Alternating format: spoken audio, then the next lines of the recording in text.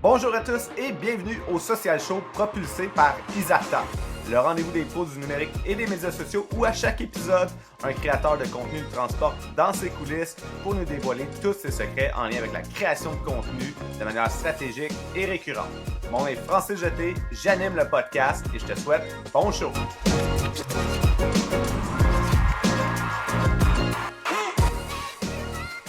Aujourd'hui, je suis vraiment excité parce qu'on va vraiment geeker out.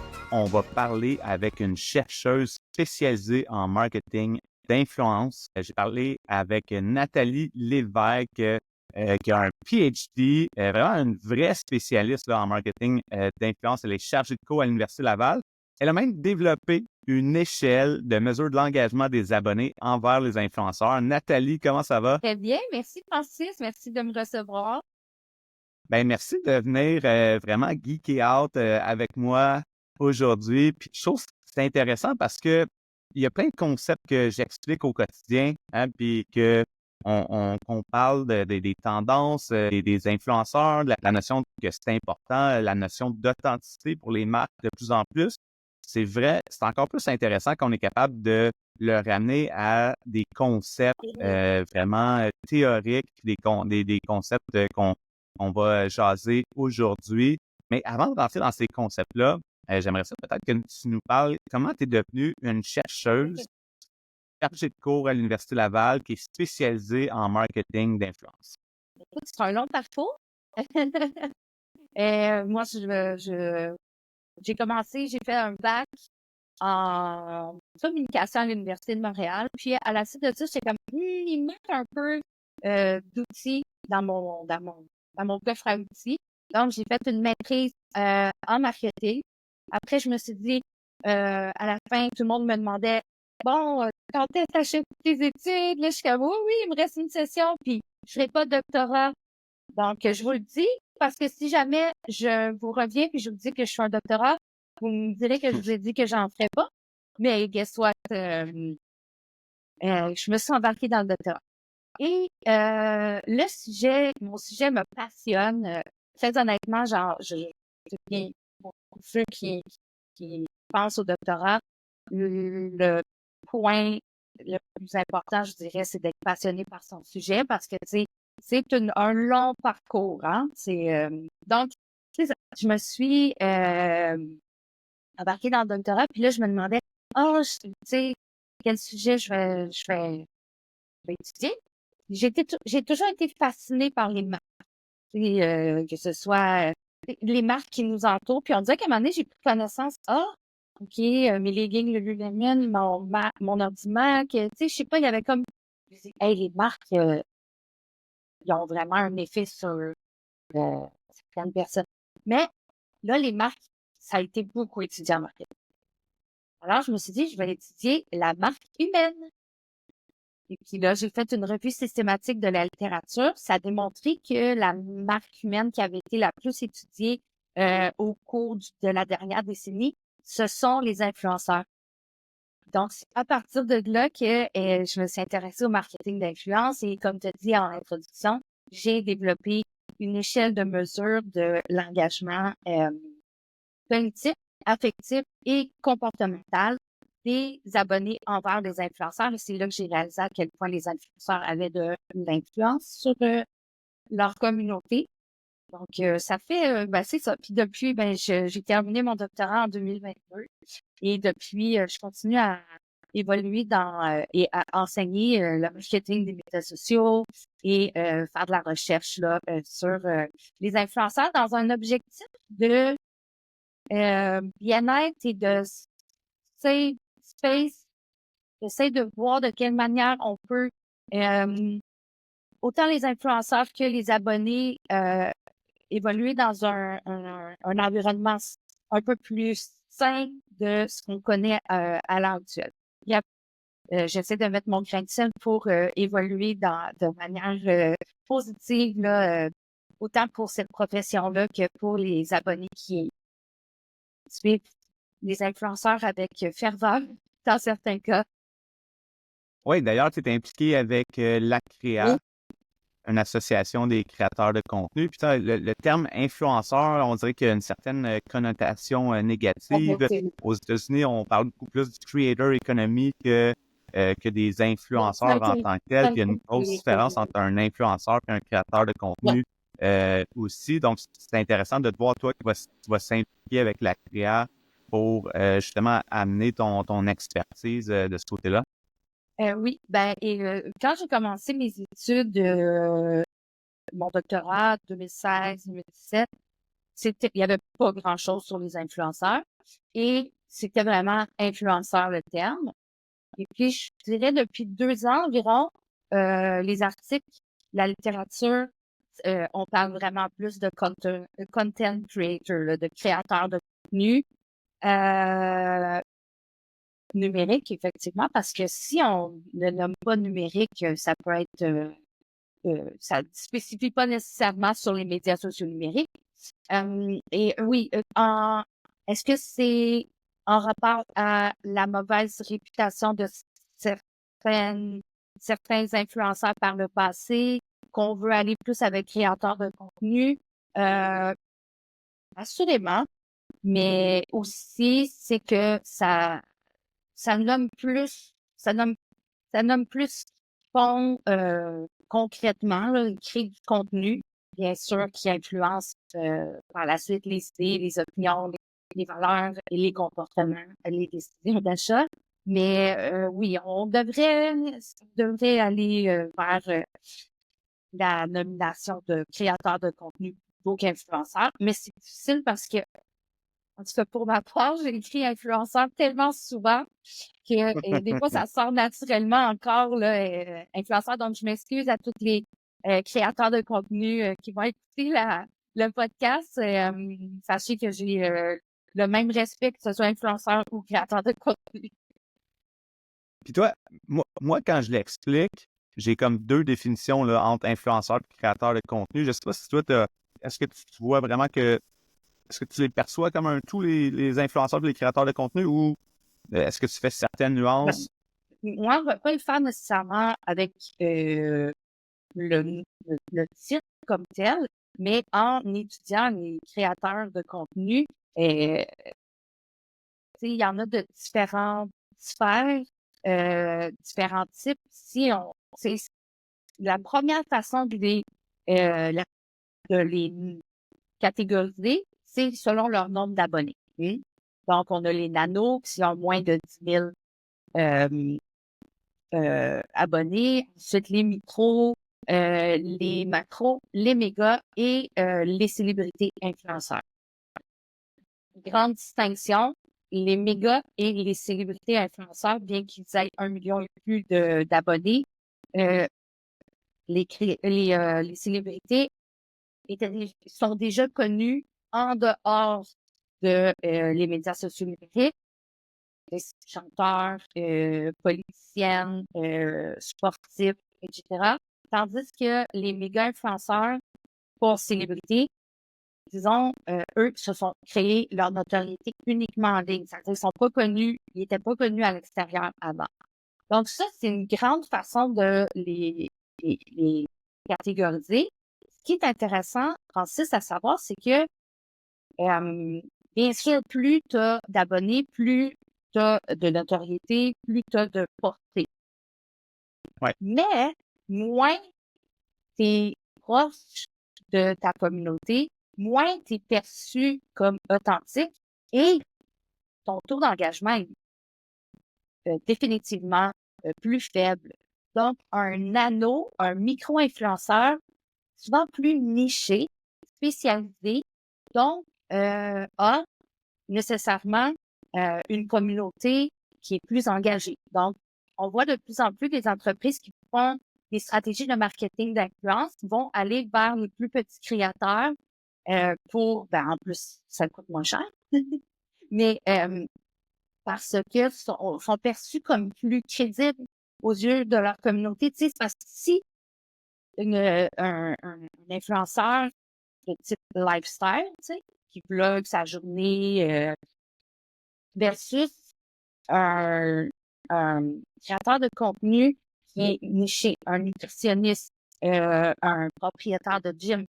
Ben, si j'y pose des questions aussi, il fait des recommandations, je vais avoir plus tendance à croire ce qu'il va dire que une influenceuse ou un influenceur qui euh, fait vraiment beaucoup de collabs, puis tu sais, de, je dirais qui passe du coq à l'âne dans ses. C'est qu'il n'y a pas de fil conducteur. Ouais, Et si j'écris à Kim Kardashian, on s'entend que c'est pas elle qui va me répondre. J'écris au propriétaire du gym, probablement que c'est lui qui va me répondre. Donc, moi, je te dirais que c'est ma façon de catégoriser les influenceurs, là. Hum, Parce qu'on voit vraiment une grosse différence là, avec le, le following. ouais. Tu sais, moi je mets toujours l'emphase sur le fait qu'il y a certains créateurs de contenu. Pour moi, vraiment la ligne entre les influenceurs style OD, mettons, puis des créateurs de contenu. Moi, je trouve que les influenceurs, c'est un peu plus basé sur leur image personnelle, puis ce qu'ils mettent de l'avant, c'est eux, mettons. Dans leur contenu, c'est le fil conducteur que tu mentionnais, c'est eux, puis leurs intérêts, mettons. Oui.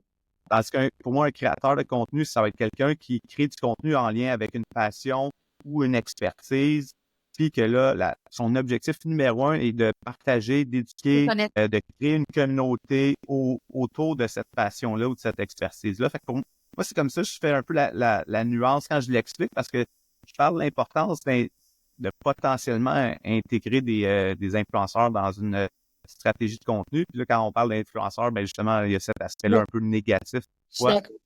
Ben, tu sais, quand on parle d'influenceurs, on parle pas nécessairement des gens qui sont issus d'OD, entre autres, ou de Moi, gens je qui sont à vois moitié que habillés sur leur dans compte l'avion Instagram. de Sunwings. Vraiment. Mais Fait que j'essaie de faire cette nuance-là pour mon point, que les gens puissent je pense qu'on l'approprier. dit la même chose parce que moi, quand je te dis influenceur lifestyle, c'est c'est des gens qui ils sont centrés sur eux, qui créent du contenu. Genre, je vous amène aujourd'hui ma retouche de Botox. Ouais, c'est Tu ça. vois ce que je veux dire? Donc, je pense qu'on dit la même chose.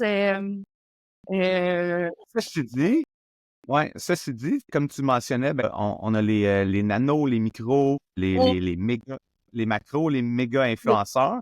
Dans ton étude, dans ta recherche, le- tu l'as vraiment clairement identifié que peu importe la grosseur, ces gens-là génèrent de l'influence pour vrai. Fait que c'est pas juste un terme, ça a vraiment des résultats. Puis, en lien avec ça, de ton échelle, qui a les trois dimensions des niveaux de l'engagement, qui est cognitif, affectif et comportemental. Tu peux-tu nous parler un peu rapidement des résultats de cette étude-là qui démontre que clairement, ça fonctionne, le marketing d'influence. C'est pas juste des buzzwords, puis il y a vraiment des résultats concrets liés à ça. Ben oui, absolument. Mon échelle de mesure, dans le fond, tu sais, dans les gestionnaires, les agences de marketing d'influence vont calculer le taux d'engagement euh, comportemental, c'est-à-dire le nombre de likes, le nombre de commentaires, le nombre de partages, etc. Donc, toutes les interactions, c'est des engagements. Puis là, il y a une formule mathématique où on va utiliser le nombre total d'engagements divisé par le nombre d'abonnés ou le nombre de vues fois 100, ça nous donne un pourcentage. Cependant, euh, il faut être conscient qu'il y a des antécédents à ces comportements-là qui sont mesurables. Et donc, moi, mon échelle de mesure mesure justement la dimension cognitive et affective qui viennent euh, avant le comportement et ou en même temps, mais c'est des dimensions qui sont plus difficiles à mesurer. Au niveau cognitif, on va parler de quelle place le créateur de contenu, l'influenceur a dans les pensées de l'abonné. Des questions de mon échelle de mesure, par exemple, mon identité repose sur euh, comment je me perçois face à mon influenceur. Euh, lorsque j'ai un dilemme, je me demande ce que mon influenceur ferait à ma place. Des trucs comme ça où on voit là que c'est pas simplement scroller puis liker la publication, là. Ensuite de ça, on a la dimension affective. Donc, il y a des gens qui sont extrêmement attachés.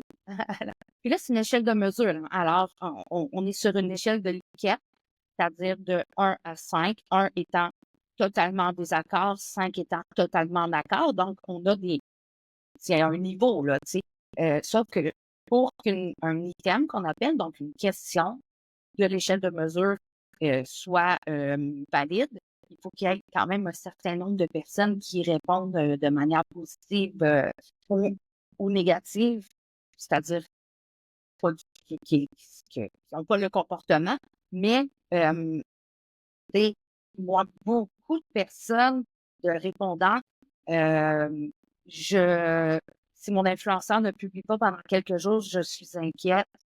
Mes journées ne seraient pas les mêmes sans mon influenceur. Et je vivrais un deuil si mon influenceur cessait de publier. Tu sais, ça va loin, là. Ouais.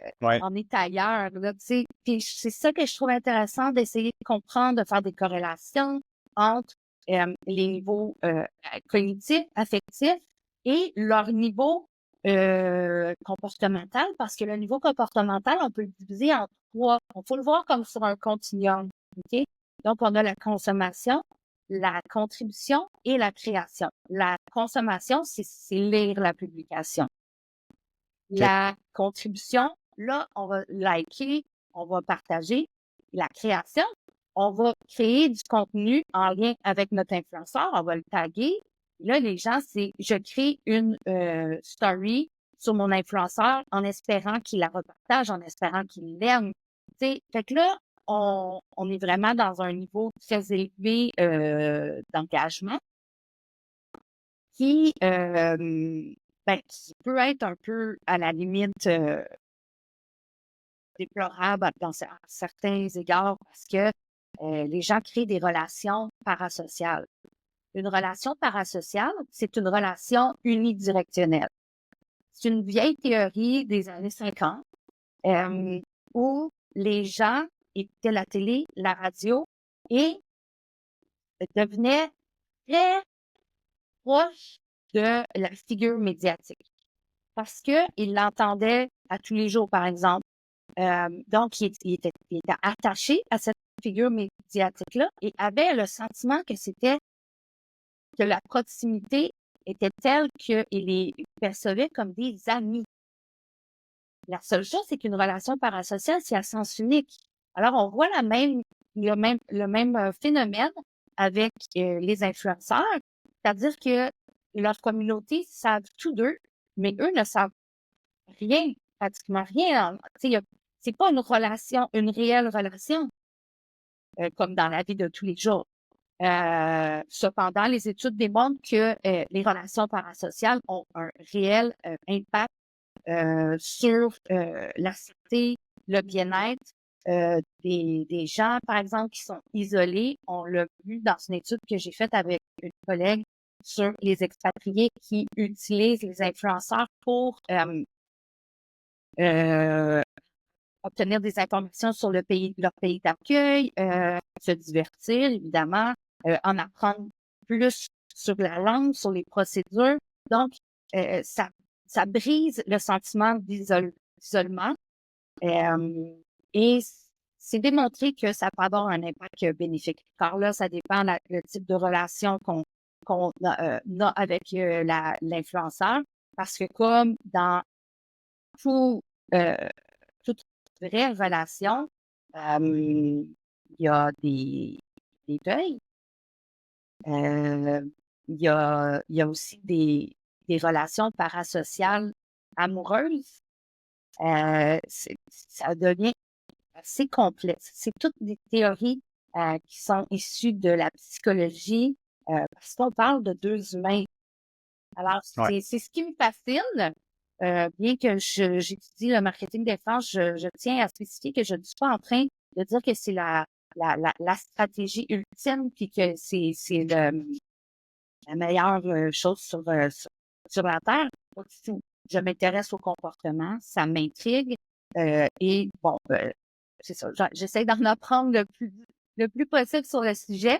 Mais je suis consciente des dangers, évidemment, des possibles dérives qui peuvent arriver d'un côté comme de l'autre, c'est-à-dire les créateurs de contenu, ce sont des humains, peuvent être dans un scandale, ils peuvent Ils peuvent faire des erreurs humaines. exactement. Ouais. Puis les abonnés, ben, en fait, les influenceurs, les abonnés, les consommateurs en général, ce qui est un peu dommage, c'est que ça devient tellement mécanique de scroller, de liker ou de « Ah, OK, tel influenceur a dit que c'était bon, fait une recommandation d'une marque ou d'un restaurant, peu importe. » Que nous, c'est comme si on est sur les médias sociaux numériques, on met notre cerveau un peu à off, puis on réfléchit pas tant, puis, tu sais, attention, je dirais, on a une responsabilité de faire nos recherches à nous, là, tu sais. Oui, tout à fait. Puis d'ailleurs, tu sais, c'est intéressant parce que les résultats de l'étude Net Tendance qui ont des stats vraiment intéressantes sur les influenceurs qui démontrent qu'on dirait qu'il y a plein de gens qui disent qu'ils ne suivent pas d'influenceurs, en guillemets, alors que clairement, c'est faux parce qu'il y a plein d'influenceurs qui ont beaucoup d'abonnés. En d'autres mots, ça veut dire qu'il y a plein de gens qui suivent des influenceurs, mais qui s'en rendent pas nécessairement compte que c'est des influenceurs ou qui comprennent pas c'est quoi le concept d'influenceur. Exactement. C'est que la perception des influenceurs, les gens pensent que c'est justement des gens, des personnes de occupation double, mais une médecin qui fait de la vulgarisation sur les médias sociaux numériques, c'est pas parce qu'elle vend rien qu'elle n'influence pas. La même chose avec, je sais pas, un journaliste qui relaie de l'information sur ses plateformes ou qui émet son opinion influencée, mais il vend rien, tu sais. Donc, dans cette perspective-là, c'est sûr qu'il y aurait beaucoup plus de gens qui diraient « Ah, OK, ouais, finalement, oui, j'en suis des influenceurs. » Tu sais, ça revient à notre discussion du début. Ce n'est pas seulement des gens qui sont centrés sur eux, leur personne, puis qui montrent comme, qui font des Get Ready With Me, là, tu sais. Si tu prends le temps d'écouter le podcast, c'est la preuve que tu aimes ça apprendre et que tu peux améliorer ta création de contenu et tes résultats. Mais si je te disais que tu peux aller encore plus en profondeur sur l'optimisation de ton contenu sur certaines plateformes, serais-tu curieux de savoir comment? C'est simple, tu as juste à te rendre sur le site d'Izarta pour consulter les sujets de formation que je donne en lien avec les médias sociaux. TikTok, la publicité Facebook, Instagram, LinkedIn, peu importe la plateforme sur laquelle tu aimerais ça en apprendre davantage, j'ai sûrement une formation sur le sujet. Tu aimerais développer ton propre podcast, j'ai aussi une formation là-dessus. Puis ça, c'est juste mes formations à moi. Il y a une foule d'autres formations données par des experts d'autres domaines, que ce soit en lien avec le marketing numérique ou plein d'autres sujets fascinants qui vont t'aider à propulser ta carrière. Visite formation.izarta.com pour consulter le calendrier des formations et t'assurer de réserver ta place. Merci à Izarta de commanditer le podcast Le Social Show. Quand je travaille avec mes clients, j'aime toujours leur faire découvrir des outils numériques, surtout quand c'est des entreprises québécoises. C'est pourquoi j'étais vraiment excité quand WebSelf m'ont approché pour commanditer le Social Show. Tu connais pas WebSelf? C'est une plateforme de création de sites web développée à 100% au Québec. Tu veux créer un site web gratuit, simple, puis sur mesure, que tu sois travailleur autonome, un entrepreneur ou que tu veuilles vendre des produits en ligne, WebSelf, c'est vraiment l'outil qu'il faut. Avec WebSelf, créer ton site web se fait en 3 étapes, simples et rapides. Tu choisis ton template, tu rédiges tes textes et t'importes tes images. Il te faut juste cliquer sur le petit bouton « Publier ». Pas besoin de compétences techniques avancées. Ce qui est génial avec WebSelf, c'est que tu peux tout gérer au même endroit. Ton site, ton hébergement, puis même ton nom de domaine. En plus, tu vas avoir accès à un support en français pour gérer tout ça. Et si tu veux vraiment pas te casser la tête, tu peux même déléguer la création de ton site web à l'équipe de WebSelf. En plus, Leurs forfaits sont parmi les moins chers sur le marché. Pour tous les auditeurs du podcast, WebSelf offre un code promo spécial. Utilise le code SOCIAL20 pour obtenir une réduction exclusive sur ton abonnement. Visite webself.net pour commencer à créer ton site web gratuitement dès aujourd'hui. Un gros merci à l'équipe de WebSelf de commencer le podcast. De retour avec notre invité. Exact. Puis là, il y a quelque chose de vraiment intéressant que tu as dit tantôt. Les influenceurs, c'est des êtres humains qui s'adressent à d'autres êtres humains. Puis ça, c'est intéressant parce que tantôt, tu parlais de ta passion pour les marques puis le marketing en tant que tel. Puis, tu sais, présentement, on parle, le buzzword, le numéro 1, c'est à peu près l'authenticité. Hein? Puis là, on peut mettre du vrai monde devant la caméra dans la création de contenu puis tout le kit. Mais cette notion-là de transformer des marques en créateurs de contenu ou tu sais, des ambassadeurs internes qui deviennent nos influenceurs ou nos créateurs de contenu internes, ben c'est pas nouveau, c'est quelque chose qui se faisait déjà à une certaine époque. Hein. Fait que, tantôt, on parlait de l'anthropomorphisation des marques. Ouais. Qui avait déjà, tu sais, mettons, Monsieur Bonhomme Pillsbury, le Michelin, puis on allait chercher aussi des porte-paroles pour humaniser les marques. Puis là, on est vraiment dans cette nouvelle tendance-là qu'on humanise les marques, soit avec des influenceurs externes ou avec des ambassadeurs internes. Peux-tu nous parler de cette importance-là pour les marques de s'humaniser présentement sur les réseaux sociaux? Ben oui, absolument. Tu parlais du phénomène d'anthropomorphisation, c'est de donner des caractéristiques humaines à des objets, à des marques inanimées qu'on appelle. Et c'est parce que c'est pour essayer de créer un lien émotionnel. Et là, quand on a vu avec l'avènement des médias sociaux numériques que la création de contenu était plus accessible, on a dit, on n'a pas besoin de créer des petits bonhommes animés. On va prendre des humains qui vont parler à d'autres humains, mais ce sera pas la marque qui va dire, hey, on est donc bien fantastique, on fait la meilleure pizza de la Terre. Non, on va passer par des marques humaines qui vont dire exactement ça, mais vu que c'est pas la marque en tant que telle et qu'il y a déjà une base d'abonnés qui sont intéressés, engagés, qui ont des valeurs similaires, ben le message, les recommandations vont beaucoup plus être crédibles. Parce que on s'entend, Francis, un influenceur, c'est un canal de communication puissant, mais ça reste que il relaie de l'information et influence par le fait même sa communauté. Donc, oui, la grosse différence, je pense, entre un influenceur, mettons, de nos jours, puis, admettons, Michael Jordan. Donc, tu disais que tu étais une fan des marques. Ouais. Moi aussi, on le voit ici, c'est mon petit logo de MJ. Moi, ça fait, entre autres, sûrement partie des raisons pourquoi je suis dans le monde du marketing, parce que je suis un grand fan des marques. Je ne sais pas le nom de Jordan que j'ai dans ma garde-robe. Fait que, tu sais, moi, clairement, ça a fonctionné, ce marketing-là, de mettre un humain associé à une marque, puis d'humaniser la marque avec le logo. En plus de ça, ce serait un autre sujet vraiment intéressant à jaser. Ouais. Donc, ça pour dire que, ben, tu sais, ça fonctionne. Maintenant, ce qu'il y a de différent, c'est que les influenceurs, ils ont, comme tu dis, leur canaux de distribution. Hein? Fait qu'avant, Michael Jordan, on le prenait puis on le mettait à la télé.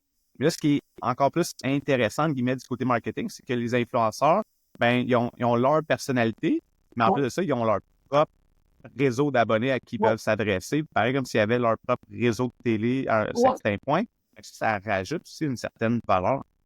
Oui, puis si je fais un parallèle avec la théorie sociale cognitive, ça c'est Bandura en 86, mais ça c'est que c'est toutes des théories issues de la psychologie qu'on peut encore utiliser et adapter à nos nouveaux modes de communication, que ce soit sur Internet ou individuellement, dans la vie réelle. C'est que cette théorie-là explique que les gens apprennent en observant, en imitant les comportements des autres. Puis, les influenceurs sont souvent perçus comme des modèles, des gens qui ont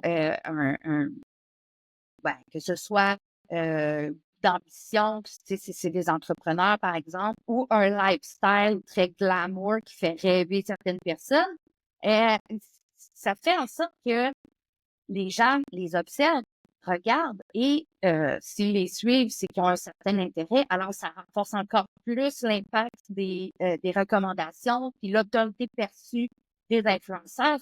Par contre, ça fait peur dans un sens que, un peu ce que je disais, qu'on met notre cerveau à off. On peut perdre une certaine individualité en cherchant à imiter constamment un autre humain. Alors, c'est ça. Il y a plusieurs théories qui peuvent expliquer à quel point à quel point les abonnés peuvent être engagés. Puis là, on le voit, là, c'est pas seulement de manière comportementale. C'est qu'ils s'ajoutent dans leur tête. Notre cerveau enregistre beaucoup d'informations sans qu'on soit conscient. Donc, à regarder à tous les jours le lifestyle d'un certain influenceur qui fait des unboxings, puis qui reçoit tout le temps des colis PR, ça se peut que ça ait un effet sur notre estime, notre santé mentale. Donc, c'est ça, il faut faire attention, il faut être prudent dans autant les influenceurs dans ce qu'ils disent, parce que c'est ça, moi, c'est ce que j'essaie de prôner quand je prends la parole en public, de sensibiliser à quel point les abonnés, on est un peu aveuglés sans s'en rendre compte, tu sais, puis à quel point les influenceurs ont de l'influence. Parce que c'est tant des gens qui font simplement consulter là, dans l'échelle de mesure, j'ai nommé ce comportement-là comme consommation. Donc, ils ont des échanges, mais avec des personnes qui sont super actives, mais ils n'ont pas idée à quel point le corps de leur communauté consulte, écoute tous les jours ce qu'ils disent, mais ils n'ont pas d'échange avec eux. Donc, tu sais, c'est pas de leur faute, là, mais les influenceurs, c'est ça, c'est impossible qu'ils aient une idée claire de à quel point ils vont marquer la journée d'une personne qui vit une situation particulière, que le contenu résonne avec sa situation, par exemple. Puis, est-ce que dans ton échelle, est-ce que tu as des conseils pour les marques qui voudraient intégrer un peu cette échelle-là pour essayer vraiment de comprendre comment moi, concrètement, je peux repartir de ces théories-là, puis essayer d'intégrer ça dans mes niveaux d'engagement. Donc, comment je peux développer cet aspect-là qui est un peu plus axé, mettons, sur la notion de connexion affective ou cognitive? Ben, en fait, l'échelle de mesure, ça peut aider les gestionnaires de marques humaines pour cibler les dimensions qui sont plus fortes. Tu sais, par exemple, moi, ce que j'avais fait, c'est bien intéressant pour essayer de recruter des répondants pour développer mon échelle de mesure. J'avais pris des créateurs de contenu du Québec pour leur demander s'ils voulaient faire une story et partager le lien de mon étude. Alors, là, ça m'a permis d'avoir vraiment d'abonnés, mais de répondants. J'en avais environ 1600. Donc, l'échelle pourrait être utilisée, par exemple, par un agent d'un influenceur pourrait dire à un influenceur, tu faire remplir une story, puis tu sais que tes abonnés remplissent, puis là, c'est anonyme, là, évidemment. Puis après, c'est possible de savoir c'est quelles les dimensions les plus fortes, parce que ça fait parler la communauté, ça va exactement avec ce que je viens de dire, qui est dans le fond, on en sait peu sur la majorité de la communauté d'un influenceur parce qu'ils ne prennent pas nécessairement la parole, à part les haters, mais c'est un minime pourcentage. Donc, c'est ça. Donc, on peut voir sur quelle dimension l'influenceur a une plus forte des forts engagements pour réajuster les stratégies déjà que l'influenceur soit conscient aussi que c'est pas juste des likes et des commentaires. Donc, on peut de cette manière-là avoir une idée plus claire, ajuster les stratégies, essayer de modifier le discours tout en restant très authentique. Là. On s'entend que je suis pas en train de... C'est pas une game, là. Mais c'est vraiment pour essayer de comprendre puis d'être plus, justement, d'avoir une plus grande proximité avec les abonnés. Et puis aussi, ça peut servir, veut pas, à démontrer le niveau d'engagement plus approfondi, je dirais, et motiver les coûts associés à certaines collaborations. OK, très intéressant. Tu as un exemple de contenu? Puis je ne sais pas si ta recherche couvrait ça, mais je ne sais pas si tu as un exemple de contenu qui vient couvrir ou qui vient comme toucher vraiment l'aspect cognitif, affectif, comportemental. Est-ce que ça, c'était quelque chose que tu as analysé dans ta recherche? C'est quoi les genres de contenus qui vont vraiment générer ces sentiments-là? Je vais faire une petite introduction à ça. On a vu beaucoup d'influenceurs, comme on parle depuis le début, dans le glam, voyage à tous les mois, un peu dans l'artifice. Et maintenant, les gens, comme dans pas juste avec les influenceurs, mais veulent la vérité. On veut savoir le produit vient de où. Est-ce que ça a été fait dans une usine, dans un pays sous-développé? Il y a un intérêt pour la traçabilité, etc. Il y a aussi une certaine tendance vers des contenus qui sont plus réels,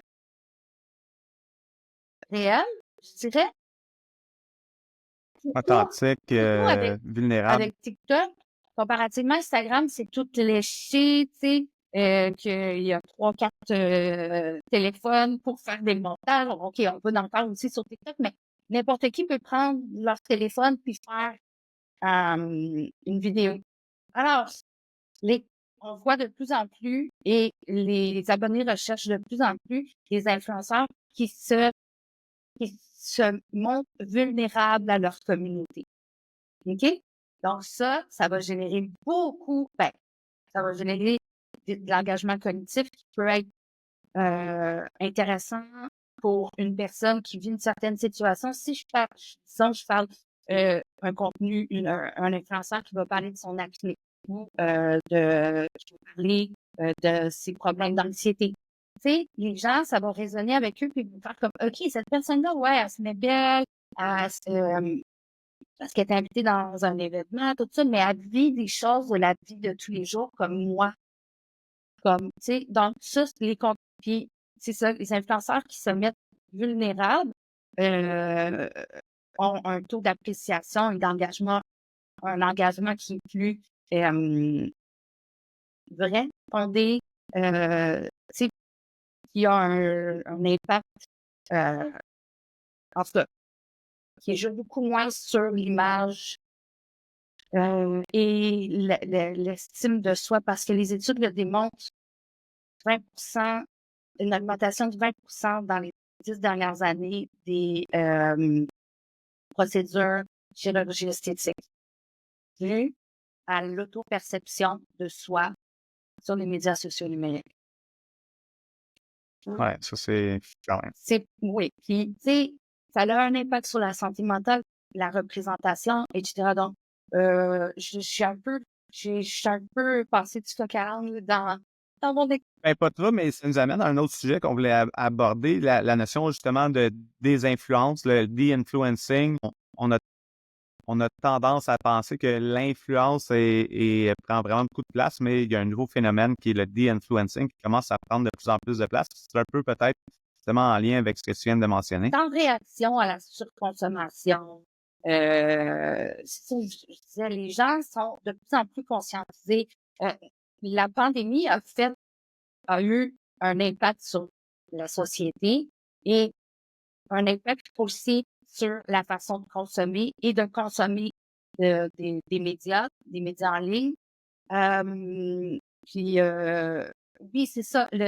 Tu sais, un influenceur qui va représenter plein de marques, puis qui va plusieurs fois par semaine présenter des produits qu'il a reçus gratuitement, etc.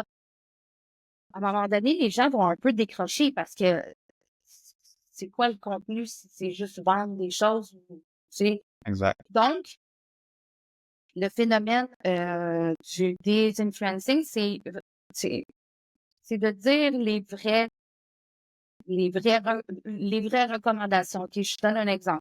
Une influenceuse qui va faire un Get Ready With Me, puis elle va se mettre du gloss, puis elle va dire ah, le gloss, je dirais pas de marque, mais elle va dire la marque. Dans telle couleur, il est collant, il sent mauvais, je l'aime vraiment pas. Tu sais, elle va dire comme parce que les gens veulent avoir des vraies informations. Tu sais, sinon, c'est quoi l'objectif de suivre des influenceurs, tu sais? Mhm. Alors, on le voit de plus en plus, puis les influenceurs aussi le savent, les marques aussi, tu sais, parce qu'idéalement, il faudrait qu'ils puissent tester les produits avant pour décider s'ils vont faire ou non une recommandation. Parce que des fois, ils vont juste le faire, puis tu sais, ils n'ont même pas testé le produit. Tu vois ce que je veux dire? C'est comme, c'est pas juste Ouais, présenter un ouais. produit, là. Puis est-ce qu'un produit, tu sais, moi, ça, c'est un conseil que je donnerais. Fais pas des collabs pour faire des collabs, là. Tu sais, tu vas représenter une marque. Est-ce que la marque match, puis vice-versa? Ouais, Est-ce exact. que ça match les valeurs de la marque? Puis est-ce que la marque, le ton, la communauté de l'influenceur match son public cible, tu sais, parce que c'est toute une histoire de représentation puis d'image, là. Au bout du compte. Oui, tout à fait. Ben, tu sais, justement, cette notion-là de-influencing, tu sais, démontre un peu le fait que, à un moment donné, tu as des influenceurs qui en ont trop fait, que là, à un moment donné, il faut passer à autre chose. Puis c'est pour ça aussi que je pense que c'est important de parler des bons influenceurs.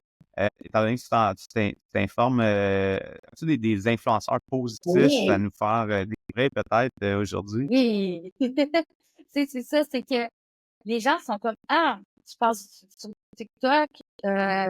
Bon, premièrement, je passe du temps sur les médias sociaux numériques parce que c'est mon travail, mais je suis beaucoup de personnes, mais vu que c'est ça, faut être conscient qu'il y a un algorithme. Fait que moi, à un moment donné, c'est pas des films de chorégraphie là, que je vois sur mon TikTok, là, tu sais.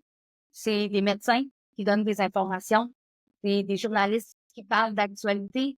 Donc, j'ai appris, j'apprends, mais c'est qu'il faut choisir nos contenus. Tu sais, bon, après, tu fais ça, il n'y a pas de souci avec ça. Mais moi, une influenceuse créatrice de contenu que j'aime beaucoup, c'est la MD Colorée.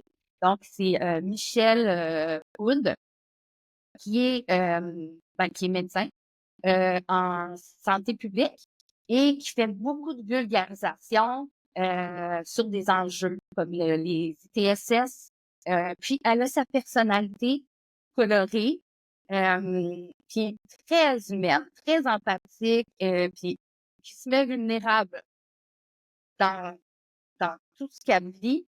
Mais c'est ça, c'est qu'elle va parler de santé, puis elle va parler aussi de sa vie, tu sais, puis c'est un bon dosage entre recommandations, conseils sur la santé et qu'elle se mette dans, tu sais, à nu, si on veut, dans, elle fait dur ses examens, elle a des problèmes avec sa peau, elle a de l'acné, tu sais, elle parle donc, on On connecte vraiment connecte. avec elle de manière affective, justement, la notion de développer une relation affective, émotionnelle avec Exactement, un exactement. créateur de contenu. Donc, il y a aussi le docteur Joseph Dahin, qui est un intensiviste, puis qui parle de comment ça se passe dans les hôpitaux, tu sais. C'est comme des behind the scenes, si on veut, mais on apprend. Bon, là, ça, c'est deux médecins, là, mais il y a Farnell Morissette aussi, qui est un influenceur qui réagit à l'actualité et qui vulgarise aussi certains propos qui influencent nos opinions en démystifiant un peu les sous-entendus ou divers angles. Donc ça, c'est des créateurs qui sont, en tout cas, à mon sens, moi, ça me rejoint parce que ils m'influencent, mais ils me vendent rien, là. Ils m'ouvrent l'esprit à une autre façon de réfléchir à une question, un autre angle que j'avais pas vu. Même chose avec Sylvain Duclos, je crois son nom.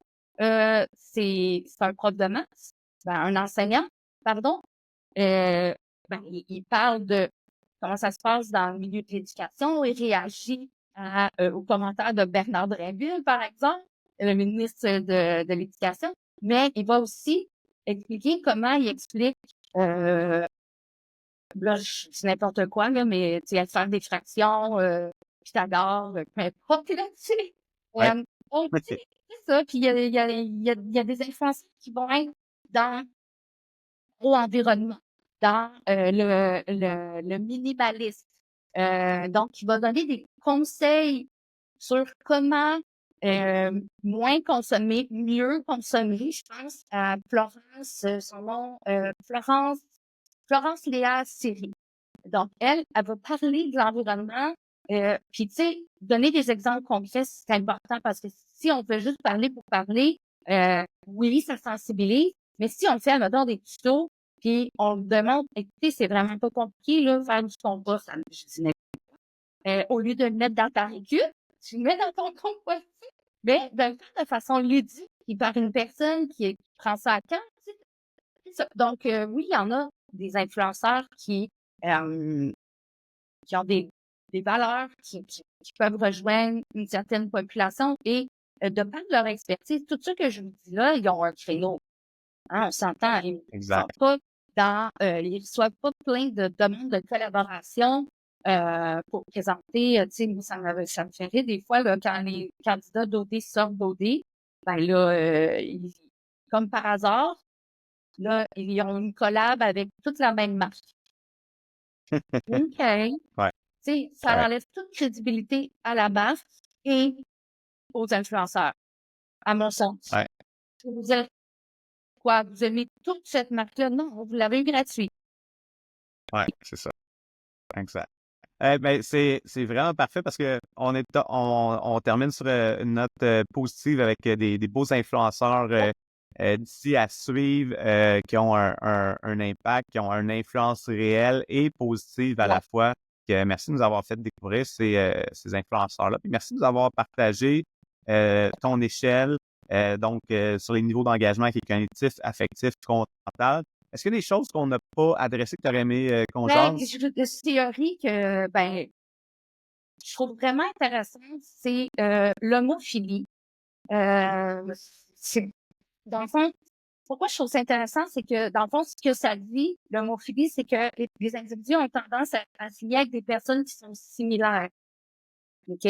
Donc, les abonnés vont souvent être attirés par des influenceurs qui leur ressemblent ou qui aspirent à être plus comme eux, si on veut. Donc, ça crée vraiment, de cette manière-là, quand la personne, l'influenceur, pardon, a un sujet précis qui aborde, ben, ça, tu sais, souvent, sa communauté va être vraiment une communauté qui va être engagée et cohérente avec un message, tu sais, comme de fond.